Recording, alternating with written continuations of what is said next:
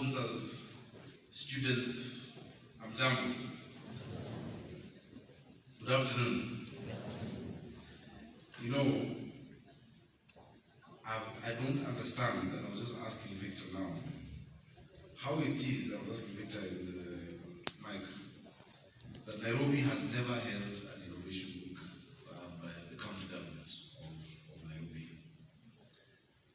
A few years ago, I was in Palo Alto in San Francisco. San Francisco is known as Silicon Valley, or rather Silicon Valley is there.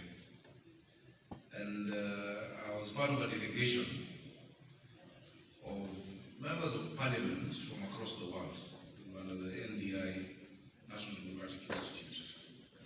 And when we went there, we went to One Hackaway, who's a reporter? Do you know? One Hackaway. That is Facebook. We went to Facebook headquarters, we went to Google, all these big companies, leaders in technology. And then after that, I got a chance to speak at a place called the Institute for the Future. When I was speaking there, I was actually in a panel discussion. After that panel discussion, there's a lady who came to me, she's from there. And she said, you know, I've always wondered, and I hope you can give me the answer, that how is it that we're seeing all of this amazing innovation coming out of Africa, and more so out of Kenya? What is the government doing? Because we're seeing so much coming, and we'd like to do it as well here. I told her, first of all, a lot of that innovation is coming out despite government, not because of government. It is coming out in spite of government, despite government. The government is to a great extent stay away. But we're now a global, the world is we're a global economy driven by technology, powered by information. And I told them that the same tools that the young people in San Francisco, in California, in Italy have to develop are the same tools the young people in Africa have. But the needs are different. And necessity is the mother of invention. And so I explained when people are now innovating for just luxury things, mainly, our people are innovating to provide health solutions, to connect people to water, to get families together, and that is what is happening in Africa. And of course, I have to say that this might be Silicon Valley, but we are from the Silicon Savannah. That is who we are, and that is where we are today. I've been so impressed going around, and I really want to thank the IDE sector led by Gumo. I want to thank you for bringing this together as an inaugural Nairobi Innovation Week, Innovate Nairobi. The inaugural one run by the government. I know there are very many interventions, and that's what happens when you have a nascent, if you can call it that, sector with many players.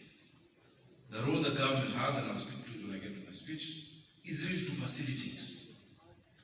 Not much to regulate, not to stifle, not to be a hindrance, but to facilitate and to give you the environment required to be the best of what you can be. Now, if our greatest export in Kenya, we don't have oil. I know they said we had oil. I don't know if it's still there. But we don't have proper oil deposits. We don't have much gold. We don't have a lot of diamonds. We don't have, our resources are not below the ground. Our greatest resource in Nairobi and in Kenya is above the ground. And it's our people, it's these young people, it is you. So, our work must then be to focus on that greatest resource, which is the people of Kenya. Earlier this morning, I had a delegation from the United Kingdom, and I was explaining to them that we're such a young country, median age of 19.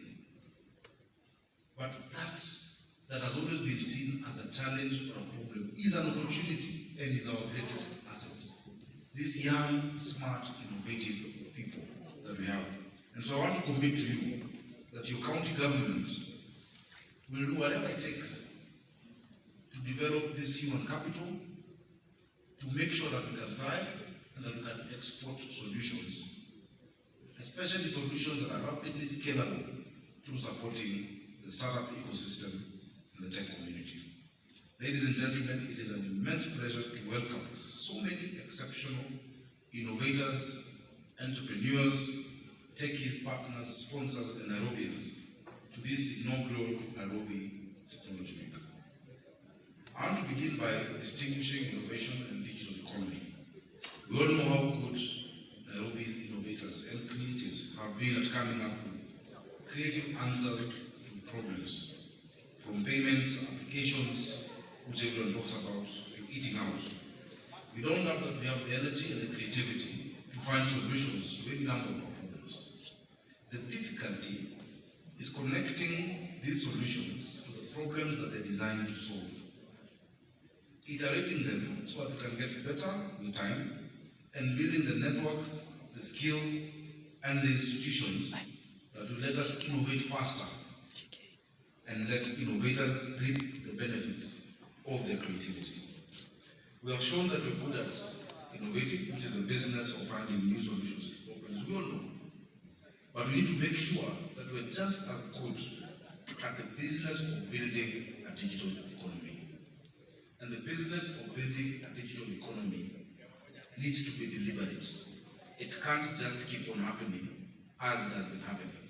There must be investment, there must be due attention, and it must be intentional. I have been keen on this for a while, personally.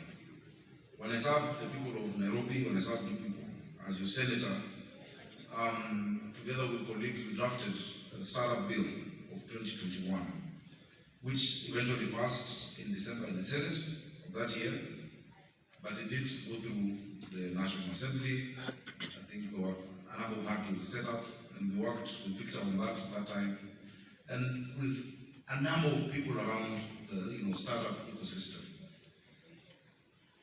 Now, within our group, there were innovators from Nigeria who were part of our discussion. So we ended up not having a startup bill, but they quickly took it and went to Nigeria. They domiciled that conversation in the executive office of the then President Buhari. And so Nigeria has a startup act drafted by the governor of Nairobi. And Nairobi has no startup law. We have no framework yet. I'm very happy that the president has been able to pick this up through the CS isn't it? That's the ministry that are dealing with it. We've given them what we had as a draft, and I will tell you some of the things we wanted to do with that law. I know to many people it was controversial. Kenyans can always find a reason to fight anything. You know? If I tell you guys now we break and there's no food, you'll complain. But if I say there's lunch, you now complain about the quantity. If it's a lot, we are wasting. If it is little, we are winning. There's always a reason. It's such a great noble initiative where we have benchmarked many countries around the world. Tunisia, Italy, all of those countries was actually to assist this ecosystem. I remember before we put pen to paper, we sat down with Victor, with Endeavor, with a number of Kenyan startups, Cellulant, Sendi, Twiga, which is likely our first unicorn, soon to be. And we asked them, during your innovation journey, what is it that if government did, you would scale faster? And they were able to tell us. And that is what we intended to put in. Of course, there are different stages of legislation. So there's what could not come in Senate, that was going to come in the National Assembly. We intended to create, of course, not just incubators, but to allow and to incentivize those who want to create incubators. We wanted to encourage startups, not by supplying capital, because government cannot afford, by the way, they don't lie to you. There's no thing, that money is not there. But government can de-risk investors who want to put in money, venture capitalists. There's a lot of money out there, and there's innovation here, and there's a huge market. These solutions are not just to be exported to counties in Kenya, but the whole region of a big market. Many countries look up to Kenya. Once they see Kenya has taken a certain trend, they follow.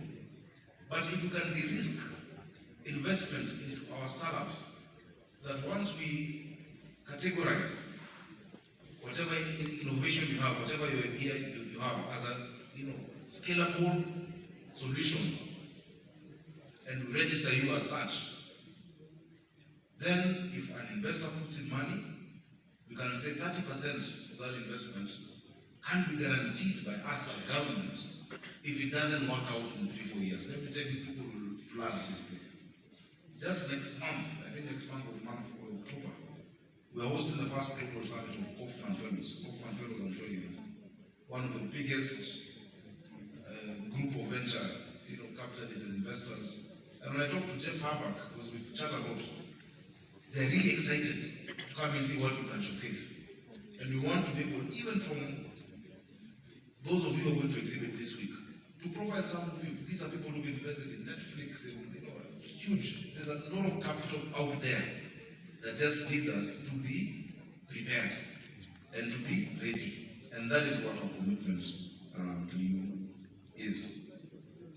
So we intended to create that framework through which that capital will get to you, that support will get to you, through which we will do this Victor's favorite word, the triple helix, where we connect academia and research, you as innovators with the market, because that connection is what always misses, and there's no go-to-market strategy.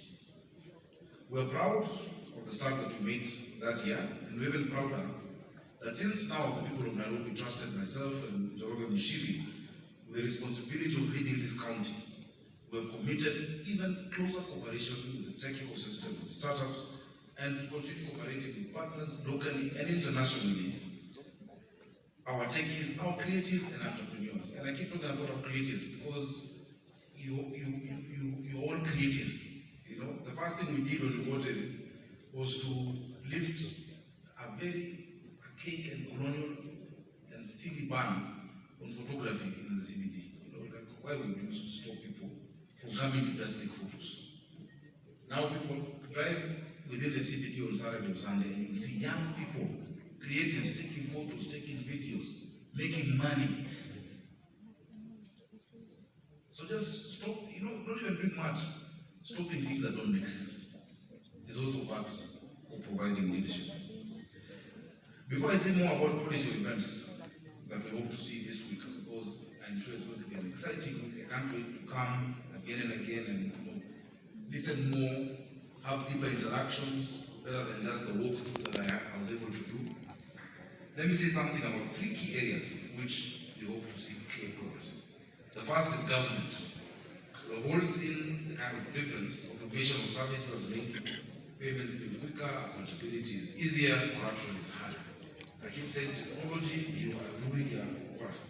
The more we innovate, the more we use technology, the less avenues there are to steal, the less avenues there are to for pilferage or malfeasance, because we reduce human interaction with cash, we create efficiencies, and people are served much better. But we shouldn't rest content with what we've seen so far. We need to get better at automating services and see things from the end. We need to get better at informing Nairobians what public services are available for us as a government and where they are. And we need to make it easier and possible for the people of Nairobi to hold us as leaders accountable. I really look forward. I've seen Africa's talking hackathon. That was really exciting to see the ideas you're thinking about. And I said, we are the first customer. We need those ideas. And we want to create a hacker space at City Hall, where we give you a challenge and say, look, these are the issues we're thinking about: transport, water, about healthcare, garbage collection, solid waste management, innovate, the winning innovation gets the tender to actually do that job. You know, I think that's how we then build the ecosystem. I'm sure the ideas you have are much more effective than just the old same old companies we always had. The same old few people who have been doing business with government. If we throw that challenge at you, that think through this thing, the best idea gets funded, the best idea gets financed, the best idea is made into a business through our support. I hope that is something you'll be keen on and that you'll be interested in doing. Amani is not a job. See, you can do that, yeah? Traffic modeling, to see how do we sort out this issue of traffic and the light system, the intelligent transport systems. You can do it better than many of these people who've been doing it for ages. This is the opportunity for you. This is the chance. And this is not an event. Be very clear with my team, Mike and Victor. This is not a one-off event that we tick a box and we did an innovation week. And then we go and do other things and remember next year, all those, it's time. No. This is a new way of doing things, where we are part of that ecosystem and where we work together throughout the year. I'm sure we'll see a lot of progress. Of course, the second is now collaboration between you startups and tech community with capital. And I think I've already said that there's effort to do that, not just with the bill. And by the way, even without the bill, we will do it. Yeah? Legislation, sometimes you legislate, you see, not everybody understands or is making sense. But if you have sensible leadership, you don't need legislation. You can actually do it. You can't legislate common sense. It's very difficult. And you can't legislate good behavior. You can't legislate values. But because not everybody is thinking on the same page, you need those skills. But we will still do it, and I'm sure the ICT committee in the county assembly, the vice chair is here, Robert, Hamisi there, and Jogo and the rest.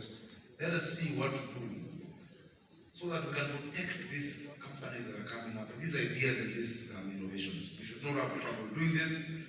We have an established set of private and public ICT institutions and the deepest pool of capital in the region. And many times you also take for granted where you are. Nairobi is Africa's capital. This is Africa's capital. This is the economic hub of the continent. This is the center of the world. In 5 hours, you're in Dubai. In 8 hours, you're in London. In 13, you're in New York. Of course, now then you come and get stuck in traffic here for 4 hours. But that was sorting out. But it opens you up to the rest of the globe. I hear so much fuss about Rwanda, Kigali. The GDP of Nairobi is more than twice that of Rwanda as a country. The whole country. So you can which language works here now? I show you a code for that. The GDP of Nairobi is $28 billion. Rwanda is 11. This is the place where everybody should be. So we will do our part, but also need you as a community, as an ecosystem, to do your part. So together, we can make it work. Yeah, we never said let's Sakaja make Nairobi work. It's let's us together. Let's make it work. Let's make Nairobi work. And so, even as a sort of the policy issues and find backers, the third thing for us is a streamlined entry for foreign partners and funds. This is the one area where we truly need the world to be a global village. We really need to erase the imaginary lines within the continent that distinguish us, that we can't do business, with other countries in Africa. Yet we're a huge market. We've been put into small Balkans to limit us as a continent. If we spoke with one voice as one market, no other part of this world would touch us. But just the same way, if you had a goat for 2 hours, I don't know how many of you have had a goat. or if you tether it to a tree, I'm sure Muteti you've done so. If you tether a goat to a tree for 2 hours and then you remove the rope, it will stay in that, it will not move out. That is why we find ourselves as a continent that has lacked esteem for a long time and still tied in boundaries set up imaginarily by colonialists. That's why we support the Africa Free Trade Area. It is easier to go to that New York than to go to Botswana. Why? Unless we remove that, our startups will never scale to this level they should scale. They would never. And I'm glad at the continental level, our president is leading the charge on that. And we're also leading it at our level within the network we have with mayors and governors across the continent. Of course, it is embarrassing that most of our most successful startups are not registered in Kenya. You know that. And you know why. Yeah. And certain things we're negotiating with the head of state and the National Assembly to lift certain tax breaks, certain incentives for companies that have identified themselves and pick in a very objective criteria that they actually deserve to be identified as such, must be protected, you must incentivize those people, you must get work permits quickly for their partners, you must not have issues with how the money moves, bring them in. We need it. It will spark such great growth for our country. So, I think I don't need to read much more on this. I want to say a little about what we've already done. I'm glad this sector has done so. Let's clap for my team. Let's clap for Mike and Victor for your passion, for your tenacity, for your consistency. For the first time, we have signed up a score of ecosystem partners, more than 47 of those partners. And I want to thank all of the partners, all of these ones here, and the ones who have not been mentioned here, for agreeing to work with us. And I was very excited when I saw CM, how do you like them? CM advocates. Where are they? Because part of what they're trying to sort out is beyond the tech. How do you make sure your business survives? Most of our businesses don't last 3 years or 4 years. In the 4th year, they've closed. Because without the proper support, a whole suite of business support services, without it, you close. You can't distinguish between your money and the money of the business, or between whether it is a hobby or a business. And when you don't do that, even with a brilliant idea, you don't make it past the 3rd year. You know? So when you have a suit and to sandbox these innovations, these interventions, whether it is legal services, accounting services, business advisory services, that our startups can be able to access, then everything else will become, trial, false starts. We've had too many false starts that we know about, I was very excited to see Gearbox, and what you're doing. And I've told you that every county is now going to have a county aggregation in national parks. What we've decided for Nairobi, because most counties are getting warehousing to store their tomatoes and vegetables and produce so that they cut up the middleman and help. That is good. But cash crop in Nairobi, see what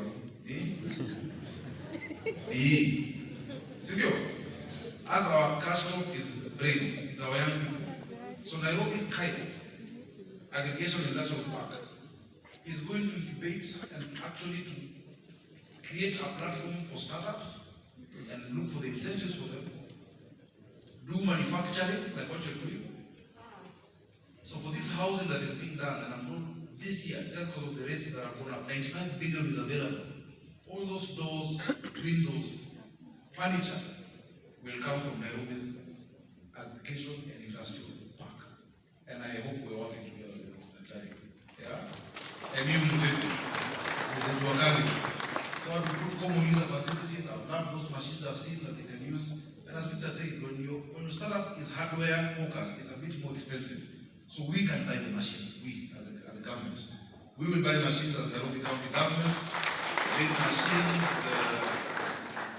I don't know the names, those big things that your normal guy in Kamkunji or along Gong Road or the guys in Huruma can't buy for themselves. Let them come. We're setting up between Utalii College and Madare Metro Hospital. All that land, that 10 acres, is where we're putting it up, and a showroom at the front. And within that space as well to innovate ideas.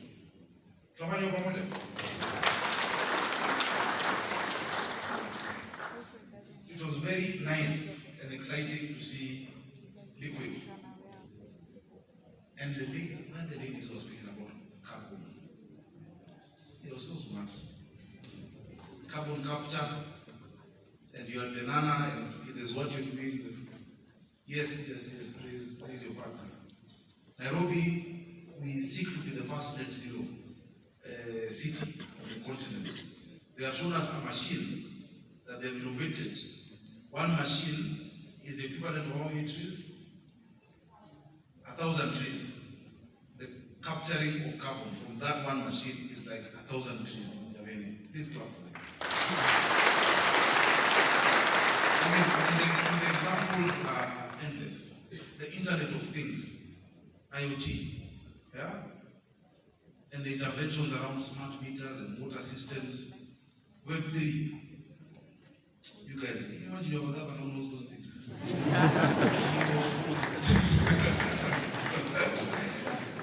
I look forward to a change in how we look at things and how we do things. And we can only do it if we do it together. So asanteni sana, I want to wish you a wonderful week. Please don't lose these connections, don't lose these contacts. Let's be part of it.